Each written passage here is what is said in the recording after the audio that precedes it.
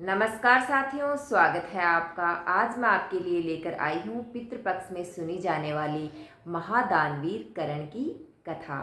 साथियों, माना जाता है कि श्राद्ध काल का सर्वप्रथम प्रारंभ करण द्वारा ही किया गया था। जब महाभारत का युद्ध हुआ तो करण जो थे वो वीर गति को प्राप्त हो स्वर्ग लोक में पहुँचते हैं। जब वो स्वर्ग लोक में पहुँचते हैं तो वहाँ पर सभी लोगों को भोजन परोसा जाता है, लेकिन करण को सोना और चांदी परोसा जाता है। इस पर करण जो हैं वो स्वर्ग लोक के अधिपति इंद्र भगवान से पूछते हैं कि जब सभी लोगों को साधारण भोजन परोसा गया है तो मुझे सोना चांदी क्यों परोसा जा रहा है। इस पर इंद्रदेव बताते हैं कि करण, तुम सभी दानवीरों में तुम्हारा नाम सर्वप्रथम आता है। तुमने अपने जीवन में बहुत दान किया है, इसमें कोई संदेह नहीं है।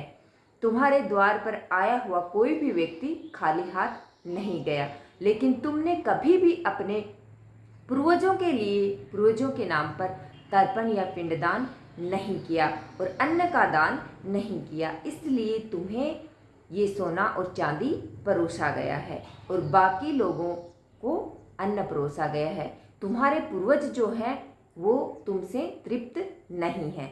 इस पर करण जो है, महावीर करण है, वो इंद्र भगवान से पूछते हैं कि हे भगवान, क्या इसका कोई समाधान है। तो इंद्रदेव उसे बताते हैं कि इसके लिए तुम्हें धरती पर वापस जाना होगा और वहाँ जाकर के अपने पूर्वजों का श्राद्ध करना होगा और अपने पूर्वजों का तर्पण छोड़ना होगा और पिंडदान करना होगा, तभी तुम्हें यह सब स्वर्ग लोक में मिल पाएगा। इस पर भगवान इंद्र हैं, वो करण को 16 दिनों के लिए वापस धरती पर भेजते हैं। धरती पर आकर उन्होंने यज्ञ और आह्वान कर अपने पूर्वजों को बुला, उनका पिंडदान किया, तर्पण किया और ब्राह्मणों को भोजन करा, दान दिया।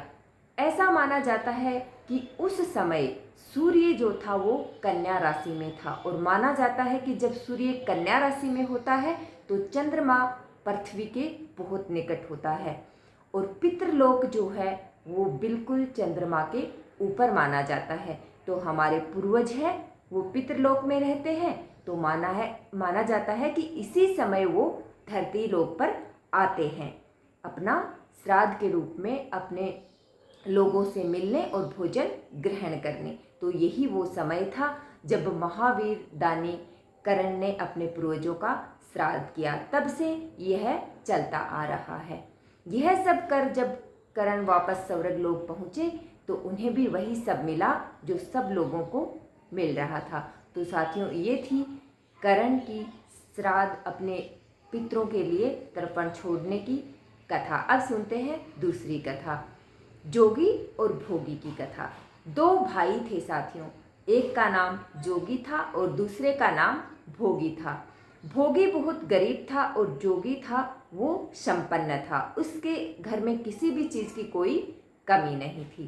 साथियों, श्राद्ध काल का वक्त आया तो जोगी की पत्नी थी, उसने कहा कि पितरों का हम हमारे पूर्वजों के लिए श्राद्ध करेंगे और भोजन बनाएंगे, ऐसा करो तुम मेरे पीहर न्योता भेज दो। तो जोगी ने कहा कि नहीं, रहने दो। इस पर जोगी की पत्नी कहती है कि नहीं नहीं, हम तो श्राद्ध जरूर करेंगे, क्योंकि जोगी की पत्नी थी वो अपनी धन संपत्ति अपने पीहर वालों को दिखाना चाहती थी। इसलिए उसने जोगी से कहा कि आप मुझ पर काम का भार ना आ जाए, इसलिए मना कर रहे हैं ना, मैं भोगी की पत्नी को बुला लूँगी, आप चिंता मत करो, हम दोनों मिलकर सब कुछ कर लेंगे। इस पर जोगी राजी हो जाता है और अपने ससुराल न्योता भेज देता है। उधर वो भोगी की पत्नी को सुबह सुबह ही बुला लेती है। भोगी की पत्नी सुबह सुबह आकर के सारा भोजन सब कुछ बना देती है और अपने घर को वापस चली जाती है। ना ही तो जोगी ने उसे रोका और ना ही जोगी की पत्नी ने उसे रोका। उधर उसके पीहर वाले भोजन में जुट जाते हैं खाने के लिए। दोपहर का समय होता है, पितृलोक से हमारे पूर्वज नीचे आते हैं भोजन ग्रहण करने के लिए। तो वो सर्वप्रथम अपने जोगी के घर जाते हैं तो देखते हैं कि जोगी के घर में तो पहले से ही उसके पीहर वाले हैं वो भोजन जीमने में लगे हुए थे। वो दुखी हो वहाँ से खाली पेट ही लौट जाते हैं और भोगी के घर जाते हैं। भोगी के घर जाकर देखते हैं तो पितरों के नाम पर सिर्फ तर्पण छोड़ा गया था, अगियारी दे दी गई थी। उन पूर्वजों ने अगियारी की राख को चाटा और वहाँ से नदी किनारे चले गए। वहाँ जाकर सभी पितर अपने श्राद्ध की प्रशंसा कर रहे थे कि हमने ये खाया, हमने ये खाया। तब जोगी भोगी के पूर्वजों ने भी वहाँ पर अपनी आप बीती बताई और साथ ही साथ वो ये भी सोचने लगे, क्या भोगी संपन्न होता तब भी हमें ऐसा ही भोजन मिलता? भोगी यदि संपन्न होता तो वो जरूर हमारे लिए अच्छा भोजन बनाता। और जोर जोर से गाने लगे कि भोगी के घर धन आ जाए, भोगी के घर धन आ जाए। उधर भोगी के जो बच्चे थे वो शाम को खेलकर घर लौटते हैं और अपनी माँ से भोजन मांगते हैं। माँ उन्हें टालने के लिए कह देती है कि आंगन में जो हांडी पड़ी है उसमें कुछ ना कुछ होगा, दोनों भाई मिल बांट कर खा लो।